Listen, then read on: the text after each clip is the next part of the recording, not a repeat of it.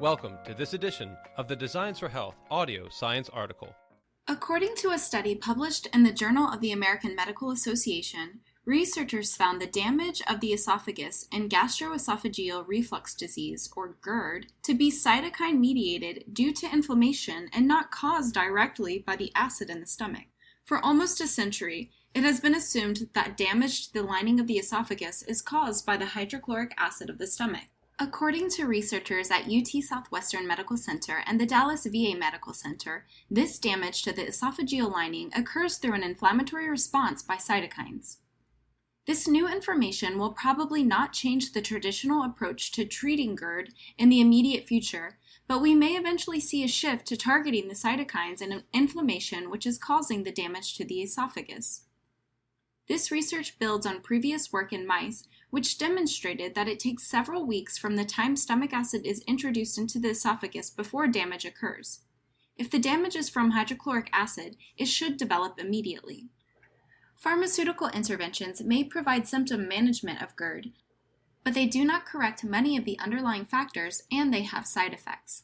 Recent studies have linked proton pump inhibitors, or PPIs, to chronic kidney disease, cardiovascular disease, and increased risk of a heart attack. PPIs can also lead to other problems such as small intestinal bacterial overgrowth, also known as SIBO. As practitioners, we understand that an alternative approach is typically more effective than what is provided by PPIs and does not have side effects or other complications such as mineral deficiencies, bacterial infections, and dysbiosis. Interestingly, alternative healthcare providers have been addressing the inflammatory aspect of GERD by supporting their patients with natural botanicals that have anti-inflammatory properties, such as deglycyrrhizated licorice, or DGL for short, to help with dyspepsia and other symptoms associated with this condition. DGL is a mucilaginous herb that coats and soothes inflamed gastric and intestinal tissues. It has been recognized for its anti-ulcer, anti-inflammatory, and healing effects on the esophageal lining when using a chewable and the gastric mucosa. In addition to DGL, probiotics and glutamine may also help improve digestive function. We also see that H. pylori can be a major contributor to gastritis. Eradication of H. pylori is critical for the healing and protection of inflamed mucosal tissue. Dietary habits cannot be overlooked.